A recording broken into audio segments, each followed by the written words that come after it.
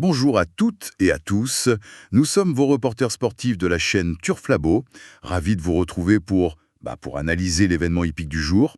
Bonjour Sam. Et aujourd'hui, on se retrouve sur l'hippodrome de Vincennes pour la 4e course, le Prix du Forêt. C'est un groupe 3-1 qui se dispute ce samedi 10 janvier 2026. Départ à 15h15.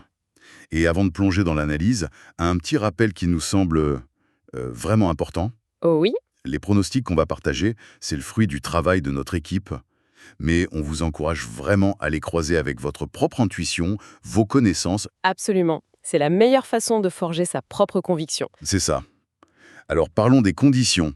On a une piste en mâche-fer à Vincennes annoncée collante. Ça veut dire quoi concrètement? Alors, collante, c'est une piste qui n'est pas rapide. Elle absorbe l'énergie du cheval, elle ne la renvoie pas. Ah d'accord. Donc ça va demander beaucoup de dureté. Et en plus, on a une météo fraîche, 5 degrés, et surtout un vent de nord-ouest à 23 km/h. Et ça va souffler où? De face dans la grande ligne droite.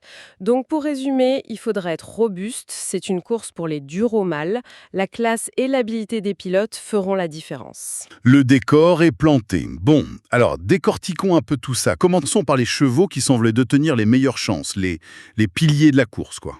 Sans hésiter, je pense qu'il faut commencer par le numéro 12, Hubble du Vivier. Ah oui, lui, on en entend beaucoup parler. Il fort d'une victoire mais éclatante dans le prix Jean Dumouche. Son engagement est idéal et son entraîneur Nicolas Bazir dit qu'il est au top. Et j'ai Ces déclarations de son driver, Alexandre Abrivard, c'est assez incroyable. extrêmement confiant. Il a dit, je cite, « Je pilote le cheval de la course. Il compte aller de l'avant. C'est rare une telle assurance, non ?» Il annonce sa tactique à tout le monde. C'est très rare. C'est un signe de confiance absolue. Et puis, il y a une statistique qui est folle. Le favori de la presse a une réussite de 100% dans cette épreuve quand elle est support du Quintet Plus. 100%. Donc, Hubel du Vivier pourrait bien... Confirmer cette statistique exactement. Et attention, il n'est pas seul. Ah? Son compagnon d'écurie, le numéro 6, Jingle Dupont, Lui aussi est en grande forme. oui, vainqueur de la finale du GNT, il vient de prendre une excellente deuxième place. Nicolas Bazir s'attend à le voir jouer un premier rôle. Et surtout, il y a ce chiffre. Lequel? Son taux de réussite déféré des 4 pieds. 90%.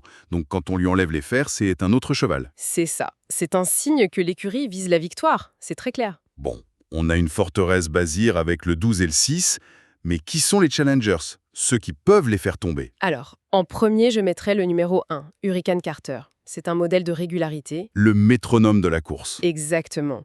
Il a gagné le 20 décembre sur ce parcours, son entourage vise une place, mais avec Johan Le Bourgeois, avec qui il a 93% de réussite, il est redoutable. C'est un rock. Et dans ce groupe, il y a aussi le numéro 2, Isofou du Chêne, non? Ah oui, Isofou du Chêne. Sa dernière victoire a vraiment rassuré. Il a dominé une jument de très grande qualité. Ça situe de niveau. Ça situe le niveau, oui. Son entraîneur, Julien Lemaire, pense qu'il peut finir sur le podium s'il a un parcours préservé. Et puis, il y a un cheval qui m'intrigue. Il fait sa rentrée, mais il faut toujours se méfier de son entraîneur, le numéro 8, Idéal du Rocher. Ah, Thierry Duval-Destin. Lui, il ne présente jamais un cheval pour rien. Jamais. C'est le facteur X de la course. Il a préféré cette course à une autre et il a été très clair. Il attend de le voir sur le podium. Sa fraîcheur pourrait être un atout majeur. Un coup de poker d'entraîneur. Bon, après l'étude de ces profils solides, je crois qu'il est temps de dévoiler notre sélection. Oui, alors voici le pronostic de l'équipe Turf Labo. Notre choix se porte sur la combinaison suivante.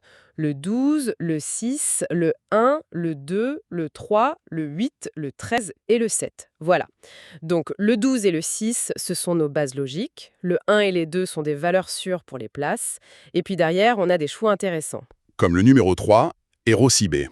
Oui, Hero Cibé, il a fait une excellente rentrée. Son entraîneur, Damien Bonne, pense qu'il peut confirmer et auler et accrocher une place. C'est un courageux. Et le 13, Hidalgo des Noé. Oui, on dit que c'est son objectif de l'hiver. C'est exactement ça.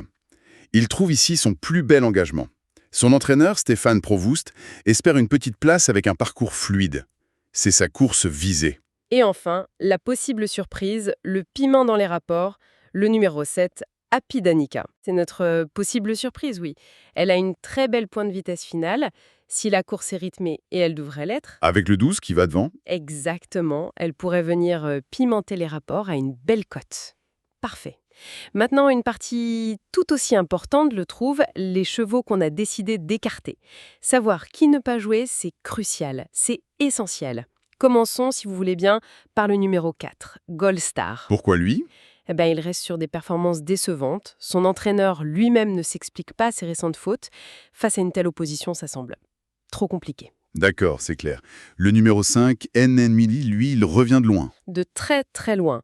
Longue absence, il n'a qu'une course dans les jambes et il va rester ferré. Donc il a besoin de retrouver le rythme. Voilà, c'est une course de préparation, pas un objectif, une impasse logique pour nous. Passons au cas du numéro 9, Jazzman de Bayeul. C'est une énigme, celui-là. C'est une énigme, oui. Il est méconnaissable en compétition, alors qu'à l'entraînement, il est très bon. Le fameux cheval du matin. C'est ça. Son mentor va le laisser ferrer pour observer son comportement. C'est une expérience, pas une course pour gagner. Donc, sans nous. Logique. Pour le numéro 10, Hymne du Gers, c'est encore plus simple. Oui, là c'est limpide, il est en préparation, il reste ferré, son objectif c'est une course future à Cannes-sur-Mer. Son entourage conseille de le regarder courir, c'est tout. On va suivre leurs conseils. Et pour finir, le numéro 11, Y de Ceylan. Alors lui, il est capable d'un coup d'éclat, mais sa dernière tentative est décevante, il lui faut un parcours sur mesure en rasant les murs. Face à de tels adversaires, ça paraît vraiment difficile. Il nous semble barré pour les premières places. Voilà qui clarifie bien les choses.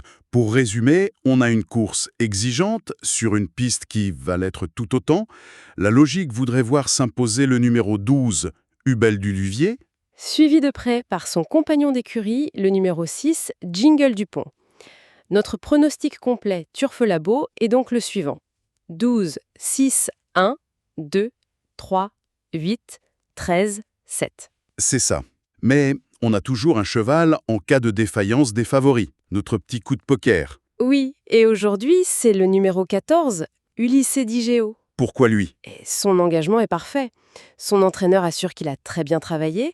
C'est un cheval sérieux, régulier, qui pourrait vraiment profiter de la moindre faille des favoris pour prendre une place à une très très belle cote. C'est le trouble fat idéal. Parfait.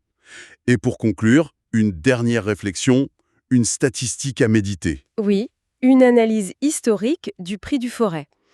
Et le plus intéressant, c'est qu'un outsider à grosse cote se glisse systématiquement dans les 5 premiers, chaque année. Donc la question n'est pas si il y aura une surprise, mais qui sera la surprise? Exactement. Est-ce que ce sera un finisseur, comme le 7 à Pidanica, si le rythme est très sélectif, ou un autre? À vous de juger. La parole est à la piste. Merci de nous avoir suivis sur TURF Labo. Si cette analyse vous a plu, n'hésitez pas à vous abonner, à cliquer sur le bouton j'aime et surtout à inviter vos amis à nous rejoindre. Bonne chance à toutes et à tous et à très